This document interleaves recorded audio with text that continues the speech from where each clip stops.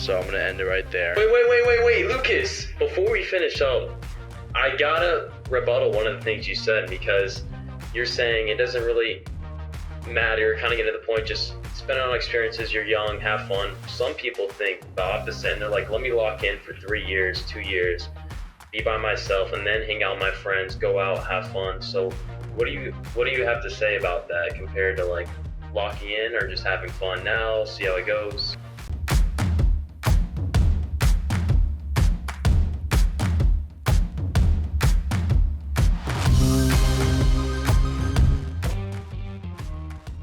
Listen, the way I respond to those people is basically I'm just gonna like end the debate. I mean, there's not really a debate, but it's your life. You do whatever you want with your life. You see, I think you can have a balance between both. I don't think yes, you need that like long period of like lock it in. I hate that word, by the way, but like being in a ghost mode, I do believe that. You need that at a young age, depending on where you're at in your life. Because if you see it that you could make it being an entrepreneur, going down that path, by all means go that path. But if you see it as, oh, let me go to college, do my 4 years, and then like I'll get serious with life. It all depends on the path you see. Does that kind of answer the question? Yeah. I don't know. I get what he's saying, but I'd also, to like add to that, I think like people who say they're going to lock in for like 3 years, really be by themselves or whatever, like you'll get so burnt out doing that. Like, I feel like it has to be a good mix. Like you're saying, like it's good to like have a mix of both where you can have your time with your friends, but also be focused and motivated on your goals. If that kind of makes sense. Like, I feel like if you're just having fun all the time, that's bad. And if you're just locked in all the time, yes, it's good, but you're going to get burnt out in the long run. So like if you have a good, healthy mix, I think that's where you should be at. Yeah, and dealing out with the burnout is not fun. Like, I don't know if you guys ever been through a burnout, bro. It sucks. What's a burnout? When you just can't do it anymore. Like you just lose all motivation. You're like, yeah, it sucks. It's so bad. Like you just lose motivation for everything. Like 2-3 days, or like it depends. You're just like, I'm just don't want to do anything. I just want to relax. I never had that before. Really? That's happened to me before. I mean, probably on the weekends I just want to relax, but it's not really a burnout. It's kind of just by choice. But it's more like a burnout's more like you've been working on something so hard and you've really been pushing it, and then like, let's say I was working on a clothing drop so hard for 6 months straight, locked in by myself, blah, blah, blah, doing all this stuff, then it doesn't go the way you want it. Like, it's kind of depressing, and like, that's kind of one way you can get burnt out. It's like, damn, I put in all this work and I didn't get the result I expected. And it's like, now I kind of want to just be like, fuck it, left whatever. alone. Yeah, like, fuck it, whatever. I'll just have fun now. Like, I tried. So, like, I mean, that's kind of like an example I could give. And how do you bounce back from that burnout for the people that are going through that?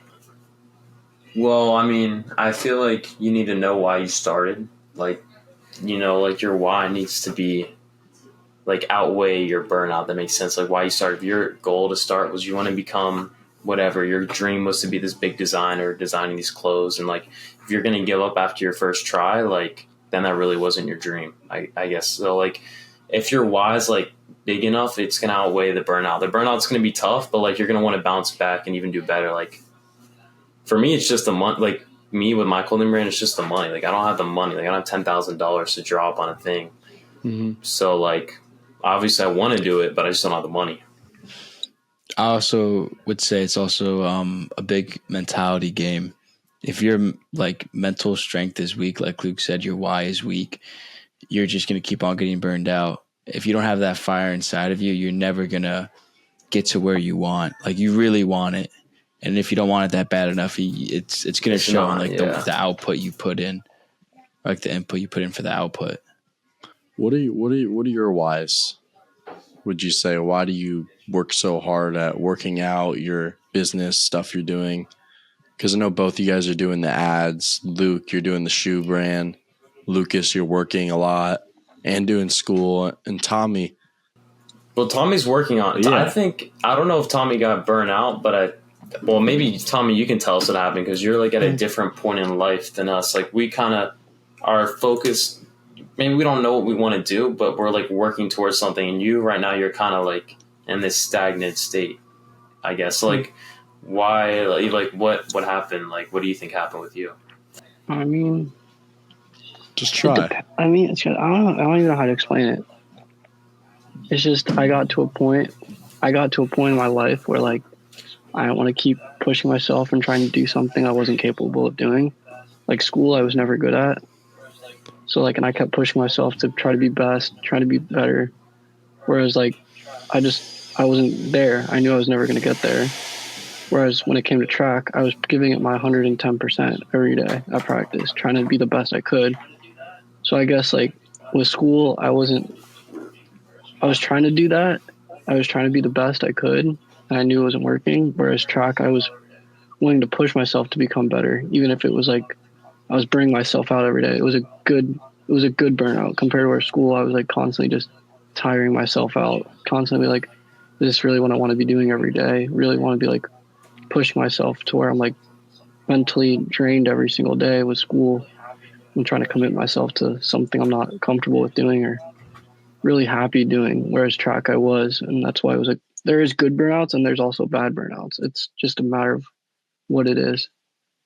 So, what do you think your next track is going to be in life that's going to like push you to like you want to do that, you want to work towards that now? Like, do you have any ideas? Not at the moment, but I know like maybe try to like find something that's gonna, I don't know, bring good money in to like where I can like the selling and reselling cars like we talked about, like that could be a good startup. Just anything that's gonna make me happy and comfortable and want to do everything, even though there's gonna be certain days where it's gonna be not so good. At least I know that there's still good somewhere, if you know what I mean. You see what you did there? You first started with saying something that'll bring in money, and then you switched over to something that'll make you happy. I feel like that you should find something that makes you happy first, and then from that, then you try to make money off it. Because at the end of the day, we were talking about, I want to know all of our whys, because that at the end of the day, that's what makes us work so hard. That's why we want to keep going and push down the road. So does anybody want to start and say what their why is? I want to kind of rebuttal that. Yeah, go for it. You said like do something that makes you happy. I feel like that's everyone's dream, to do something that makes you happy. But you gotta like it's not really like realistic. It's not realistic, bro. I think it's realistic. I don't think so. I don't think it's realistic because let's say, bro, like I'll explain this. Like I love. Oh my god, I don't even know. How can I relate this? I can say something. Yeah. So go ahead. Help me out.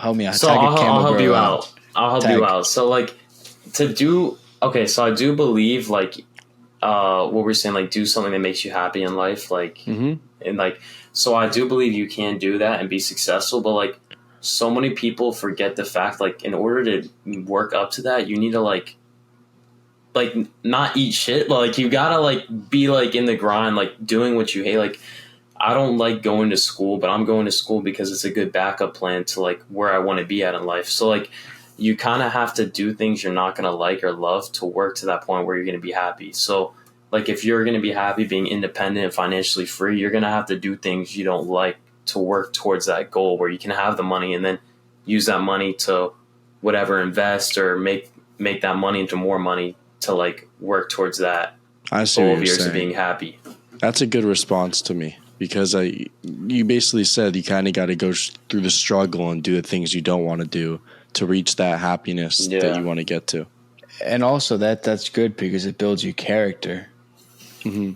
Like it's showing, okay, like you really want it that bad, you're willing to do the things you really don't want to do to get to the point where you want to be in life. So it's showing that your why is outweighing like the. And that's why I kind of want to go back to what Tommy said, because he was saying school is never for him. I feel like school's not for anybody in this call right now. Nobody likes. It's not for me at all. It's not for me. I don't think it's for Lucas either. But like everyone's doing it because it's something. I guess it's something to do in the meantime, and like at least work towards something.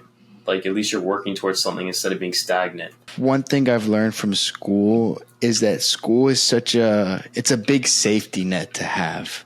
Yeah. It's just one big safety net where you can feel comfortable and safe, and it helps you think you're doing everything to be on the right track in life. That's how I see school as, just a big safety net to have you. Because honestly, we're 20, 19. We really don't have to be in school right now. But we're doing school for a safety net. Something to keep us busy. Because we could all just drop out right now and pursue our dreams, right? But there's that feeling of like uncertainty. Like, oh, okay, if I drop out of school, pursue my dreams, what's going to be my life? You don't know. Exactly. That's how I feel. Like, I'd rather stay in school while I can, and then like if I figure out how to make money on my own and make good money, like then I would drop out. But I'm not going to drop out because I just don't like. Obviously, I don't want to be in school, but like some people are like Tommy. Maybe for Tommy, like he's just like an all-in type of person. He's like, I can't do this anymore. It's not good for my mental health. I want to work towards finding something where I can make good money and I don't need school. But maybe for me, like I think of things more like I like to have backup options, which is good, but also I guess it could hold you back a little bit. No, I think a backup option's safe. I just feel like at the end of the day, it's all about something that gives you purpose. Like if I didn't go to school right now, why would I want to wake up? Like there'd be nothing for me to do. School, it isn't just school. To me, school is something that wakes me up in the morning, gets me up early, starts my day. It forces me to learn things that I've never thought that I would learn before. I'm learning even if I don't want to learn right now. And the other thing is it teaches me that when I get a job, I have all these assignments that I have to learn how to keep track of everything. School isn't really just school. It's kind of a way of life. You're building a schedule around yourself. And I'm doing a lot of adulting without even knowing it, basically. Yeah, school builds a structure and routine, and to be successful in life, in my opinion, is you need a routine and structure throughout those days. Because if you don't have a routine or structure those days, you're going to be like, what do I do? It just blends together, to be honest. Like you're going to feel lost. You're just going to sit there like, oh, I have nothing to do. I'm just going to go jerk it. No, that's true. Yeah, and also going back during the hunter and gatherer days. Oh, this fucked guy, bro. You love my hunter and gatherer speeches, eh, Tanner? Dude. I would say we are mechanically, as humans, we're mechanically wired to always be doing something. Like if you're not doing anything, you're just going to go insane. Well, that's how you guys agree. God made us that way. God made us to find enjoyment in doing something. Like you feel like you like I don't know, but you know, like when you accomplish something, you just get this sense of feeling. Like that's how I think God wired us. Like when you find like maybe not your purpose, but like let's say you studied really hard for an assignment and you pass it, like you get this kind of sense of like accomplishment. So I feel like God just wired us that way. So when people don't really like, I guess like know what they're doing, it's kind of you're like what you're saying, your hunter and gatherer days, like you're getting off of what you were made to do. Like just meant, like that's what you're meant to be doing. If that makes sense. Yeah, I mean, I can relate to you with the same thing where it's like once you do something, even though the task was annoying and hard, you just get that sense of fulfillment after. You're like, oh my God, I did it. I did it. Like you can be proud of yourself. Like that type of gratification is way better than like going on your phone, scrolling, or just like any instant gratification. Long-term gratification is better because you actually like worked hard for it and you took your time to really, pursue it and you stick to it. You stick to your goal. I sometimes give in to the instant gratification a lot with food. Hey, you know what? I'm going out to eat later tonight, so I'm giving in. We're going together. We're going together. Mars is closed right now, close to 8:45. I know the time. 8:45. It's early. Holy shit! I know. That kind of sucks. No, 8:45. They changed it.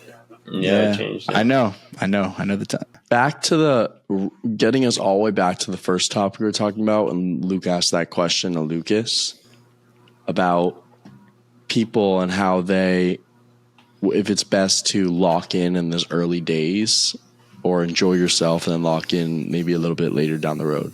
So what do you guys think about people taking a gap year? I don't think there's anything wrong with a gap year. I don't hate it.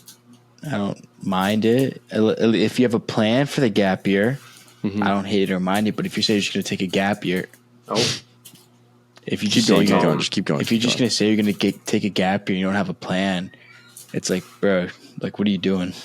Yeah, I agree. I feel like it's funny when people are like, I'm going to take a gap year and I'm going to travel the world. It's like, that's like a cool idea. But then really when you think about it, like after doing all that, like, bro, you're not going to want to go back to school. You'll be like, I'll just take like, relax a little. I think what you're saying with the plan, like if you're taking a gap year to save a bunch of money and then like you'll have this money to whatever, work on your side hustle and then go to school and then you have money now to work on your side hustle and go to school or like something like that. Like I think it's definitely beneficial. But like for me, like when I like was after high school, I graduated, I only took like one class in the summer. I was so unmotivated to start school again in fall because like my class was just like something you could just chat GBT.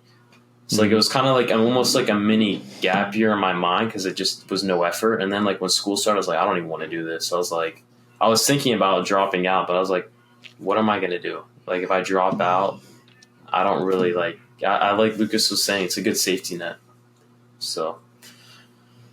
But now, I know we say it's a good safety net, but is it good to have a safety net if you're trying to pursue your goals and dreams? Should you really go full on to it? Or relying on the safety net's kind of like, oh, okay, if I fail this, I know I have this as a backup. I feel like it depends on the dream. Like there's like right now, my goal is to do the modeling, and I could have a safety net with school because I'm not 100% in, but I don't know. But if someone else's dream is to, I don't know, what's an example of something that it's hard to have a safety net for? Actor? No, actor, you could do like, online school while you're acting. Let's say this entrepreneur, like you saved up $20,000 and you're going to go all in on this business. Like that's like kind of some like the biggest success stories is those people, they just go all in. And like when you're young, like I always hear like this is a time to make those big risks because you don't have a family, you can start over again. You know what I'm saying? Like you really don't have a lot of responsibilities. So like when you're young, you don't have a girlfriend, you got nothing going for you. So like just send it. But I think you can, if you're still smart about it, you can still like really go all in and still be going to school on the side. It's just you really have to work hard and be dedicated. Yeah, I think that's what I could find more impressive. I mean, no matter the path, the way you get to where you want to be, everyone has a different path in life. It doesn't matter how you get there. But that's pretty impressive. It's like he's in school full time. He has a side hustle. He's working a job. Like how impressive does that sound? He's able to handle all those things at once. Yeah. But it gets to the point where like if your business starts booming up, one of those things are going to drop. What's crazy is like I saw these. Well, I don't know, Tanner, you're about to say something. I could say the point after, but all right. All I was gonna say is that going off what Lucas said, if you take on a lot of stuff, you're gonna have to probably drop one thing. You said that, right? Yeah. So, too many items to juggle. You eventually drop one. So my brother, I have two examples of this. My brother Bryce, when he first got in college at University of Utah, he had so many. He did school, and then he did his fraternity, and then he got a job, and then he got another job as a coach, and then he had so much stuff going on. And then I feel like at that moment, you kind of look at your life and start picking and choosing on what's important. And I feel like if you're an entrepreneur and you kind of have a life like that, you probably need to back away from school if you really want to pursue your entrepreneurial idea. Just maybe that's an example of you can't really have a safety net. But I'll say this was like adding up, like to rebuttal that. What I was going to say is I was like watching this YouTube video and it's this guy, he like interviews people on college campuses like at UCLA or USC. And like some of these kids, bro, they're 20 years old. They have their own startup. They're literally making six figures, and they're still going to school full time on the side. So they're literally making six figures. They could just drop out and pursue that full time, but they're still getting an education. So I feel like some of the stories on there is like pretty like crazy. The amount of stuff they're doing, and they're still able to do school and like run their own business and manage people. Yeah. What are the businesses they're running? Do they say, or is it just like... I actually have an example. I was sitting next to this kid in class in one of these presentations, and we were watching a DEI diversity, equity, inclusion, the fucking stupidest thing. The teacher was a he, they. I just wanted to shoot myself. But I was sitting next to this kid, and I got to know him as we did a lot of turning and talking during the presentation. And the kid said, I do sales right now. When I was younger, I was doing selling. I forgot what he said. He was selling something. And then he got hooked up with this agency where now he does sales as a job, like a side job. And he sometimes makes like $5,000 a day. And he makes a lot of money just calling and selling stuff for that agency. And that's what I saw TikTok videos of kids doing that too. They're on the phone convincing people to buy, I think, property or maybe a car or something. And they're making a lot of money off that. I was saying the examples I saw was like this one girl. I think she had her own app. I don't remember what it exactly was, but I think it was something to do like fashion and clothes and like... Yeah. Well, it was like almost a different version of Depop, but like it was just a better run one, and like she was bringing in like $40,000 a month, and she was still going to school. And I remember she said she did take a gap year, which is kind of interesting. So, and then there's like another guy. He's like a massive photographer. He had like 2 million followers on Instagram. He's being like flown out to like do these shoots and upload them on his Instagram. And he's getting paid a lot for like feed posts. So like. There's just like a bunch of other stuff. That's crazy, man. So like, it really is wild. So like when I think about dropping out, it's like if these guys can do it, like yeah, why can I not do it? It also shows how much money there is in the world. Yeah, like there's millions of ways people can make $10,000 per month, $20,000. It's just crazy how much money there is. Like the circulation of money in the world. Exactly. Back to what we were saying. I wanted to. We're all giving like compelling, good points and rebuttaling each other. I feel like this has been a really good conversation, but I want to get back to like the main question where Tanner was asking us what our why is on why we just keep on going, keep on pushing through. Does anyone want to go first and give out their why? If it's personal and you don't want to say it, I totally understand. So yeah, my why is to be financially, like one of them is to be financially independent and be free, be able to make my own schedule, do what I want. If I want to go travel here, do this, or spend a week in Thailand with my boys, like I want to be able to do that. So that's my like main why is just be financially free, independent. So that's what I'm working towards every day. Yeah, I would say my why has kind of actually changed a little bit. It's became a little more personal. What was it before and what is it now? Well, before I don't really think I had a clear why on to like why I do the stuff I do, but now I've kind of like come to realize that like, okay, I think that was a couple of days ago. I'm like, all right, why am I actually doing this stuff? Like, yes, I'm doing it for myself, but I feel like I'm also doing it for my mom and dad. Just like I feel like that's more of a greater reason for me to like look at and to feel more how to say, to feel like more motivated to do it. I don't know how to explain it. I see. Yeah. So your why is because you want your parents to be proud of you? Not necessarily proud, but just not to have like any more worries about like anything. He wants to be able to take care of his parents. Yeah, just take care of my them. parents. I mean, because I've done a lot of thinking. It's just like they've always, like, no matter what, your parents are always there for you. Like, you need something, they give it to you no matter what. They'll struggle for you. So it's like, okay. I mean, I know I'm only 20 and I'm saying this, but that's a good goal to have. I want to be able to retire my parents. I think. Yeah, I would say retire and also just like help them out like the best I can. Yeah. Give back.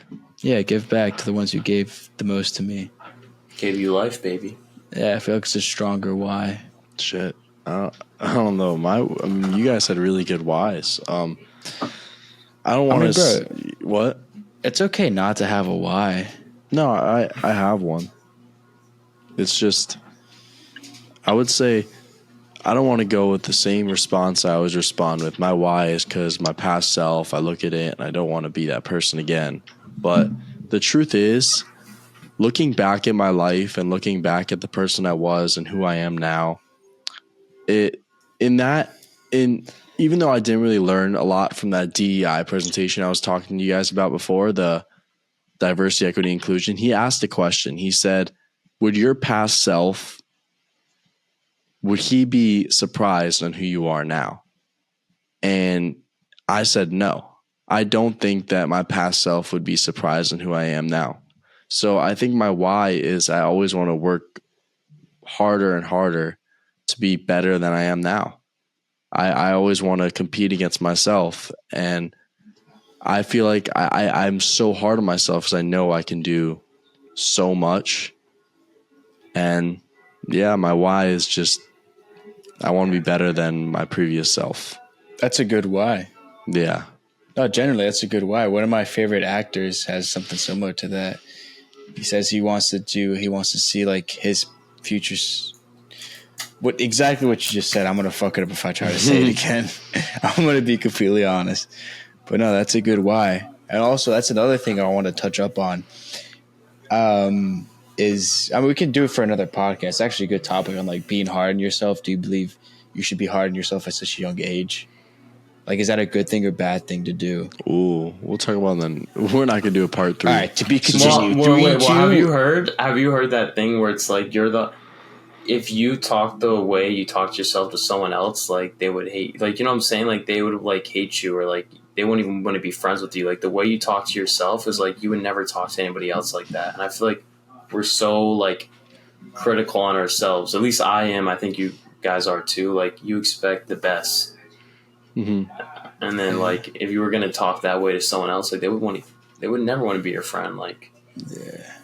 You ever be told like don't be so hard on yourself sometimes, but you're like, if I'm not hard on myself, then like who else is going to be hard on me? Who's there to check you? Yeah, who's there to check me besides myself? Like they say, you are your greatest enemy in life. The craziest thing is what David Goggins said, is when you die and you go to heaven, God said you have the potential to be this person. You guys seen that? Yeah, I've seen that. Yeah. That's freaky. That you could have been this. Yeah, this, he like showed him this life. He's like, that's not me. And it's like, that's what you could have been. Exactly. Yeah. So I think we should. I don't even want to say what we learned from the podcast. I feel like we all shared what we learned right at the end. So it was really nice talking to you guys, Lucas. That's our next topic. Whatever you said, try to write it down or remember it. Oh, yep, I already forgot it. It was. Is it okay to be hard on yourself? Something like that. All right. We'll look back when this podcast comes out. Then we'll know. So, all right. Thank you guys. Talk to you guys later. Peace.